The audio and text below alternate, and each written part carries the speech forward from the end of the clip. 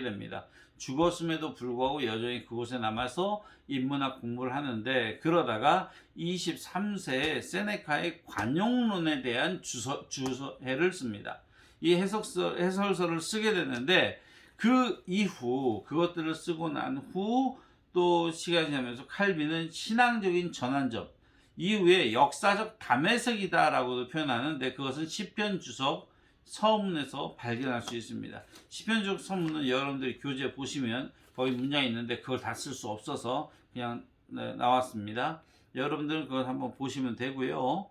그리고 칼빈이 보다 적극적인 기독교의 개혁운동에 참여하게 된 것은 1533년 11월 1일 그의 친구 콥이라고 하는 사람이 파리 대학에 취임을 하게 되는데, 학장으로서 취임할 때 그 취임 연설의 초안을 칼빈이 잡아요. 그래서 칼빈의 친구가 콥이 이게 강연을 했어요.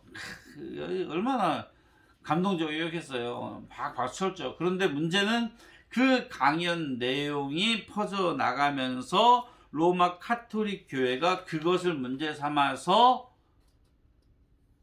추방해 버립니다. 이때 칼빈은 만약에 추방을 안 당했으면 어떻게 됐어요?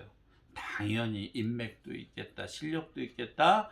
프랑스 파리에서 그는 교세 일을 하게 됐겠죠. 그런데 그것으로 인하여서 쫓겨나게 되고 앙굴렘으로 피신하고, 그곳은 틸레일의 집에 유숙하면서 자기의 저서의 윤곽을 잡수게 됩니다. 틸레일이라고 하는 사람은 집에 참으로 고서나 책들이 굉장히 많아서 칼빈이 이곳에서 머무는 동안에 겨울을 나면서 아마도 이후의 저작들에 대한 기초 윤곽들을 다 잡지 않았겠는가 라고 사람들은 보통 생각을 합니다. 그리고 로마 가톨릭 교회에 심한 박해가 있어 1535년 바젤로 갔고, 그곳에서 26세에 기독교 강요를 저술하게 됩니다. 칼빈은 그 후에 어디에? 제네바에 머물게 됩니다. 그러니까 우리가 이거는 알아두시면 돼요. 칼빈은 마틴 루터처럼 독일에서 개혁한 사람이 아니라 스위스에서 개혁을 추진했던 사람입니다. 그것을 잊으면 안 돼요. 그 다음에 이 제네바에 머물게 되면서 그곳에서 파렐을 만나는데, 이 파렐은 그 스위스 내에서 이미 기독교의 개혁운동을 하던 자였습니다. 그래서 만나면서 스파크가 일죠. 원래 떠나려고 했었어요. 떠나려고 하는데 권고합니다. 남아달라고, 같이 하자고. 그래서 그 권고에 순종함으로 본격적인 개혁운동이 시작됐는데, 칼빈은 제네바에서 목회자로서, 신학교의 교수로서, 설교자로서, 저술가로서 죽도록 충성하다가 결국 55세에 하나님의 부르심을 받게 됩니다. 불꽃같이 살았다고 보시면 됩니다. 23살에 사람들이 참 대단하다 인정하게 되는 주회, 관용론의 주회를 쓰게 되고, 이후에 그는 기독교 강요를 26세 했으니까, 그리고 한 도시, 한 나라를 성시화하는데 평생을 바칩니다. 자, 제네바 개혁운동을 다루고 나서 좀 딴 얘기를 해볼게요. 존 칼빈의 제네바 개혁운동을 간단히 설명하시죠. 파렐에 의해 제네바에 머물게 된 칼빈은 그곳 교회에서 성경을 가르쳤고 성경 요리 문답을 작성하였다. 그는 그것으로 먼저 제네바시의 모든 기독교회와 성도들에게 교육을 시킬 목적이었다. 이후 시의회에서 통과되었으나 이 시의회에서 통과되지 않으면 이러한 교육 자체가 불가능했다고 합니다. 그런데 통과가 됐어요. 그래서 해야 되는데, 문제는 뭐예요? 기독교의 개혁운동은 1538년 4월 23일 제네바 소회의에서 파렐과 칼빈을 추방시킴으로 좌절되었다. 뭐 어쩌겠어요. 정치적 모략인데. 제네바의 기독교회의 개혁운동은 이들이 추방되었음에도 불구하고 남은 자들에 의해서, 이게 굉장히 중요합니다. 남은 자들에 의해서 계속 일어나게 됩니다. 이때 쫓겨난 파렐은 목회를 하게 되고요. 칼빈은 부첼에서 또 목회자 겸 신학교에서 강의를 하면서 이때 그 유명한 로마서 주석이 쓰여지게 되고 샤돌레토 반박문이 출판되게 됩니다. 그러다가 1540년 8월에 그 이 여인이 이혼 여성으로 뭐 재혼일 거예요. 아무튼 그래서 8월 결혼을 합니다. 근데 이 결혼을 하면서 안정을 찾게 됨과 동시에 제네바의 시정이 바뀝니다. 아까 시의회, 소의회에서 추방을 했잖아요. 그런데 이제 제네바의 분위기가 바뀌어요. 그러면서 기독교의 개혁운동의 필요성이 분위기가 가득하게 됩니다. 그때에 횃불을 든 자가 칼빈이 됩니다. 남은 자들은 다시 칼빈을 초청하게 되었고 그는 남은 생을 제네바의 기독교의 개혁운동에 바칩니다. 칼빈이 목표를 아까 제가 그랬죠. 개혁을 할 때는 반드시 돌아가고 싶어하는 것, 또 나아갈 방향을 정해라. 이때 칼빈은요 제네바 시를 하나의 기독교의 교회로 간주를 합니다. 그래서 신앙과 생활의 원리를 성경 중심으로 철저한 기독교 교육을 통한 정신교육 그리고 기독교인의 생활 자세를 확립하게 됩니다. 이것은 일종의 제네바시의 성시화였던 것입니다. 여러분 이런 꿈을 꿀 수는 있습니다. 아 나도 저렇게 좀 멋있게 제네바 그러다 보니까는 예전에 한국의 서울 시장까지 하셨던 분은 이 서울을 하나님께 바칩니다. 이렇게 말을 했었죠.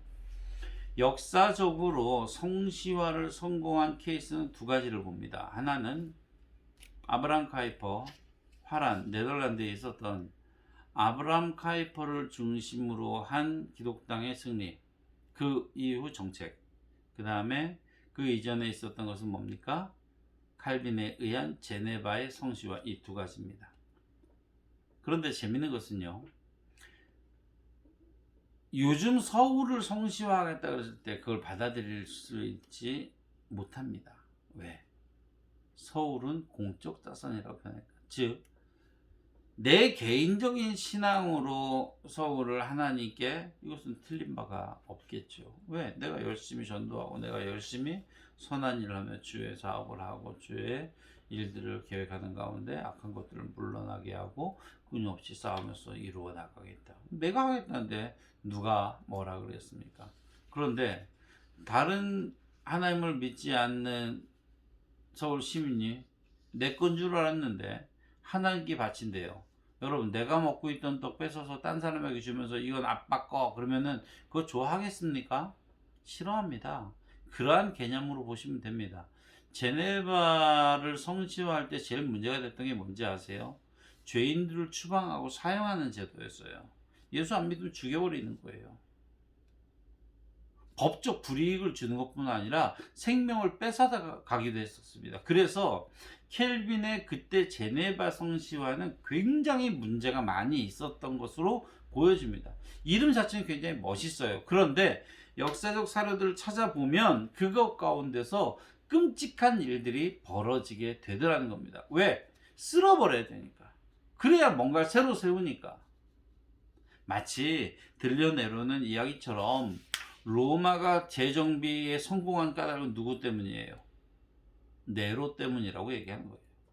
물론 네로가 불을 진짜 지른 것이냐? 그것은 논란의 여지가 많아요. 영화 배너를 통해서 미치광이 네로가 불을 지른 것으로 얘기하지만 사실은 그것은 역사적 사실은 아니거든요. 근데 불을 질러 놓고 나서 사람들에게 막 이제 욕을 먹으니까 안 되겠다. 야, 내가 너희들한테 예전에 안 했지만 내가 세금을 좀 깎아줄게. 내가 너희들한테 먹을 것도 줄게. 아니면 내가 너희에게 필요한 돈 있어? 내가 좀 줄까? 그랬는데 사람들이 네로를 믿지 않는 거예요. 아유, 저 인간 로마에 불질러 놓고 나서 괜히 미안하니까 우리한테 이렇게 한다 막 궁시렁궁시렁 그래요. 그러다가 고민 끝에 생각해낸 게 신흥 종교로 떠오르던 유대교는 타협을 했지만은 타협하지 않던 한 종교 기독교를 갖다가 딱 찍어서 저들이 방화를 했다라고 하면서 그때부터 피의 제사가 벌어지기 시작했던 거죠. 막 난리가 났지 않습니까? 그래서 결국 그 네로에 의해서 기독교인들이 죽어가기 시작하죠. 물론 네로보다 더 나쁜 놈이 뒤에 또 나타나기 시작해요. 그래서 총 그 기독교를 박해했던 황제를 10명으로 보거든요. 그것이 어떤 사람은 로마서에 나오고 요한계시록에 등장하게 되면 된 그 10개에 달린 그 있죠. 왕관. 그래서 그것을 갖다가 그 박해했던 10명으로 보는 사람들도 있고, 어쨌든 다시 돌아가서 그렇게 네로가 욕을 바가지로 먹었는데요. 문제는 그 대화제로 인하여서 로마 전체를 갖다가 아주 아름다운 구획이 완벽한 신형 도시로 만들 수 있었다. 총대는 그 사람이셨죠. 그러면 제네바라고 하는 시가 성시화되기 위해서 제일 먼저 해야 될 일이 뭐겠어요? 악한 것들을 쓸어 담아야죠. 잘못된 법들을 지켜야 되죠. 잘못된 법들을 없애고 새로운 법들을 세워야죠. 거기 반발하는 사람들은 어떻게 돼요? 추방 내지는 사망입니다. 그 일을 했던 겁니다. 그러니까 100% 좋은 것은 이 땅 가운데 쉽지 않은 것 같아요. 그러나 아무튼 개혁운동, 제네바 개혁운동은 큰 유럽 사회에 영향을 미쳤다 정도만 기억하시면 됩니다. 존 낙스, 이 사람은요 1536년에 안수를 받았는데 기독교의 개혁운동을 하다가 순교를 당한 위스 할트의 뒤를 이어 성 앤드류 목회자가 되었다. 여기 질문 자체가 그죠? 요한 낙스의 개혁운동을 말하라가 아니라 개혁운동을 하게 된 동기를 써라. 그래서 첫 번째가 이 위스할트를 기억해야 돼요. 그런데 그가 위스할트가 개혁적인 성향이 있었던 사람이거든요. 그런데 그의 제자가 됩니다. 그와 맞물려서 성 안드류의 목회자가 되었는데 프랑스 함대가 이 성 안드류 성을 갖다가 침략을 해서 점령을 해버립니다. 점령을 하게 되면서 어떡하냐면은 기독교의 개혁운동을 하는 낙스와 그의 추종자들을 묶어서, 당연하죠. 깨끗하게 하는데 이 점령한 사람은요 이 도시가 지저분해야 돼요. 법적으로도 혼란해야 되고요, 도덕적으로도 문제가 있어야 돼요. 그래야 점령하면서 고칠 게 있어요. 그런데 그 가운데 모든 사람들의 신망을 받고 반듯한 사람을 어떻게 해요? 추방하겠죠. 그래서 낙스가 그 추종자들과 함께 노예선에 타게 됩니다. 복역을 하던 중 영국이 그를 구해줍니다. 그 후 영국과 프랑스를 거쳐서 제네바에 가게 된 낙스는, 그러니까 뭐 해외 여행이라고 표현하기보다는 다 붙어 있으니까, 영국이야 뭐 도보 해역 건넌 프랑스, 프랑스에서 여기 쭉 다 몰려 있잖아요. 스위스, 오스트리아.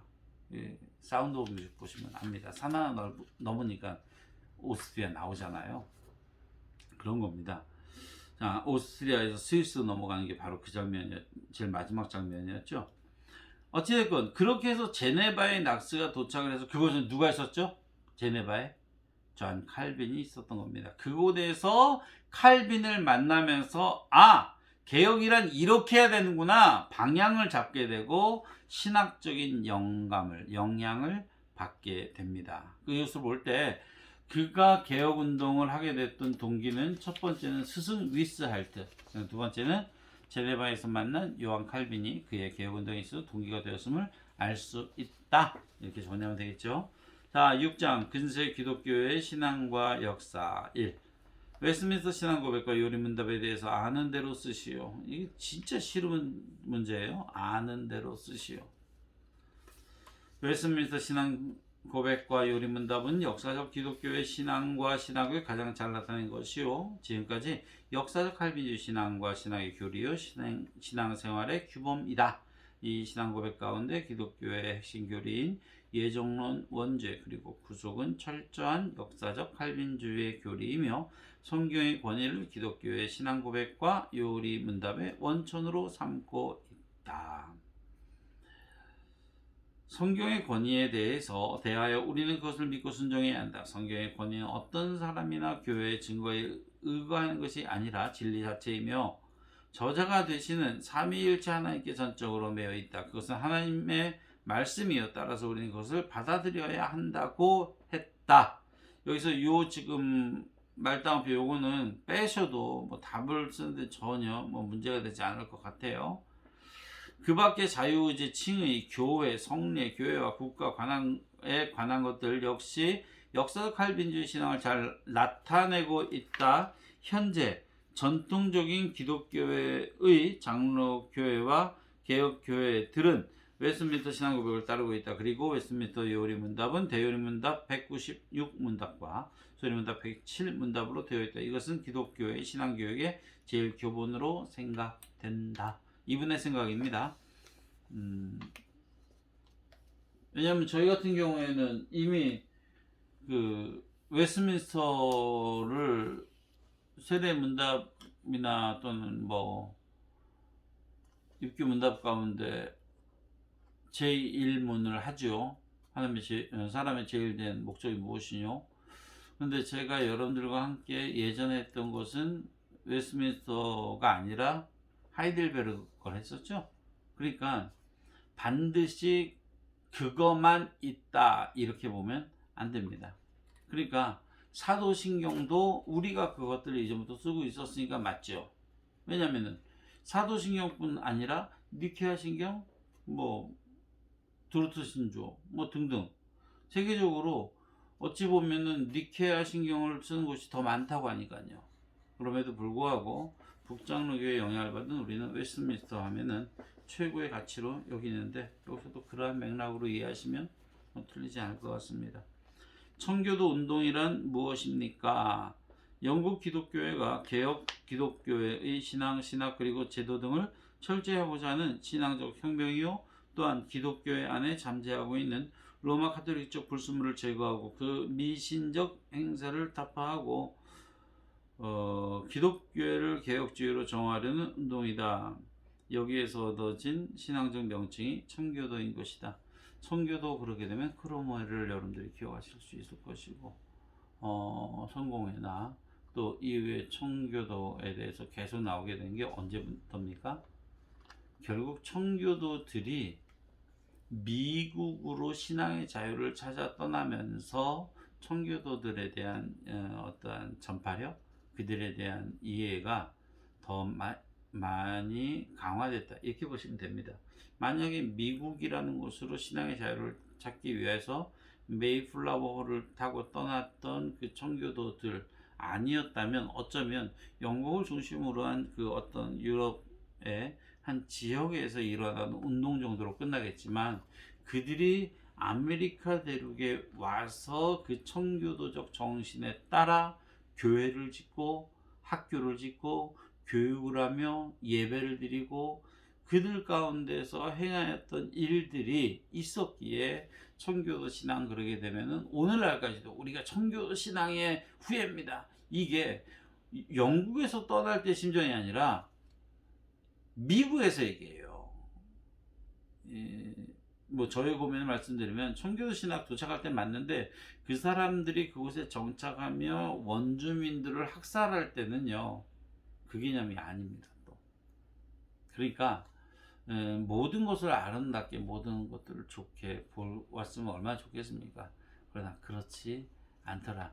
그 아픔을 비스무리하게나마 영화로 담은 게 엔니오 모레코레 음악 감독 여러분들이 들어보셨죠? 미션이라고 하는 영화에 보게 되면 그때 당시에 기독교 또는 그때 당시에 복음이라고 하는 것이 식민주의 정책에 어떤 면접을 줬는지 어떤 의도를 갖고 있는지 여러분들이 그곳에 보시게 되면 굉장히 도전이 될 만한 내용들이 실제 그곳에 담겨 있습니다. 3. 근세 기독교의 이성주의 발흥에 대해서 간단히 설명하시오. 간단히 쓸 수 있는 게 아닙니다. 그냥 기독교의 역사에 있어서 헬레니즘은 각 시대, 지역 그리고 모든 문화적 영역에 깊이 뿌리를 받고 자라났다. 특히 근세 기독교에 있어서 전통적인 기독교의 신앙과 교리에 대하여 전면적인 도전과 전복을 시도한 이성주의가 일어났다. 그들은 근세 기독교의 자유주의를 낳았고 현대 기독교의 급진적 자유주의 어머니가 되었는데 영국의 데이즘